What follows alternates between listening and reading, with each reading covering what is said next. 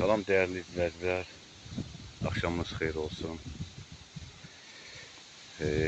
Bugünkü həyat tərzimlə, kənd həyatından sizin için bir yeni paylaşım edirəm. Bura mənim çöl sahəmdir. Yəni, el arasında deyilən pay torpaq deyək, pay torpaq. Mən sahəmə baxmağa gəlmişəm. Su açmışdım. Su açmıştım, dedim görüm yer kuruyupsa onu pişireyim. Gördüğünüz gibi çöl sahəmdir bu. Bu yoncadan da anlayışı olan olsa eğer, yani yetiştirmeyi indi herkes eyni değil de, yani yetiştirmeyi neyden istifade edirsiniz? Qulluğu da, yani bizdə adətən kənd yerində ən çox peyindən istifadə edirlər. Azotdur, belə bir şeylər, gübradır. İndi bilənlər varsa şərh bölümünə də yazar. Məsələn, burada gördüyünüz kimi hal-hazırda yəni yarpaqlar hamısı saralıb. Yarpağın da saralmağının səbəbi qurd düşüb. İndi sizlər də buna nə deyirlər? Yəni bizdə qurd düşmə deyirlər buna. Yəni yarpağı qurd yeyir. Yarpağı qurd yeyir bu formada. Elə bilirsən ki, yonca yanıb. Elə hesab edəcəksən ki, elə bir ki, yonca yanıb. O formada yarpaqları sapsarı saralıb. Yəni qurd yeyir. Siz qurda qarşı hansı dərmandan istifadə edirsiniz? Məsələn, indi bunun hansısa bir başka bir variantı var mı, yolu var mı? Yani gördüğünüz gibi tamamıyla yarpaqlar sapsarı sarılıb da. Yani bu yarpağın yiyir. Başlayır yarpaq bu formda olmalı. Bu ağacdakı sahəmin ayaq hissəsində yəni, bezəlmişəm. Həm təbiət üçün, həm gözəllik üçün, həm özüm üçün sərinlik olsun. O da ayrı bir gördüğünüz gibi bir mənzərədir. Yəni sahəmə gələndə köhnədən istifadə edirəm.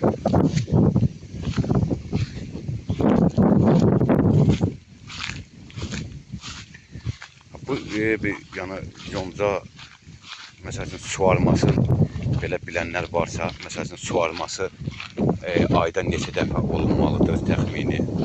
Məsələn o haqda bilən olsa ən azından şərhlər bölümünə yaza bilər. Məsələn suarma bir ay ərzində nə qədər olmalıdır?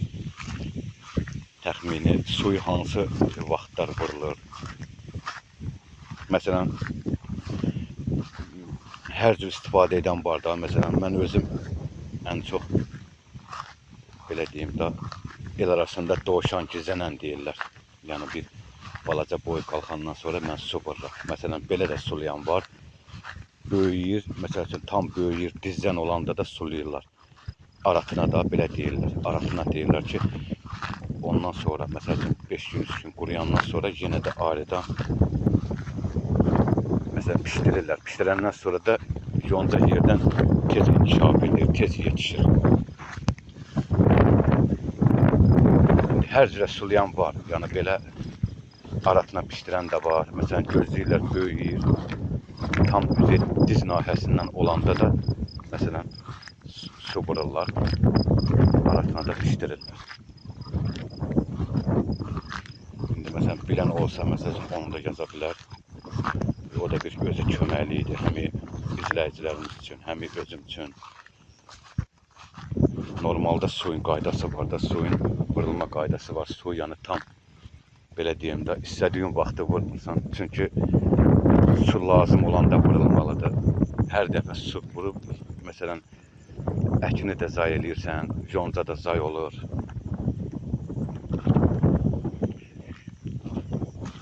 Belə mənim sahəm yəni biraz şorandır, şoranlığı çoxdur. Şoranlığı çoxdur. Çox da yetişdirmir.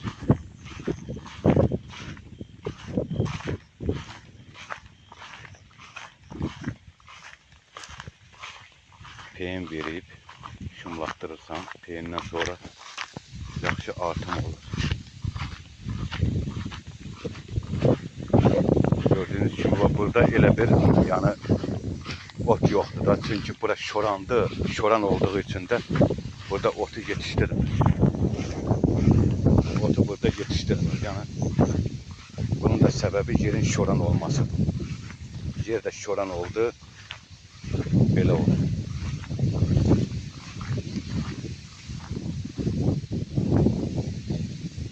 Bu da mənim bərəcəmdir. Bərəcəmə baxıram ki, görüm bərəcədən su axmır.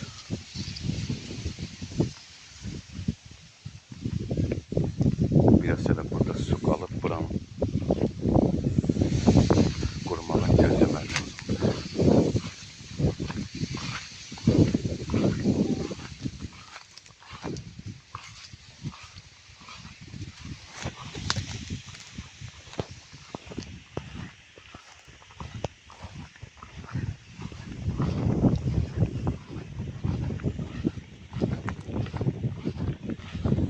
İndi isti havalarda yani yoncanı sulamaq da biraz qorxuludur, çünkü yanır. Dibinde su kalır, su kalandan sonra başlayır yanmağa. Yani bu hallarda olur, çünkü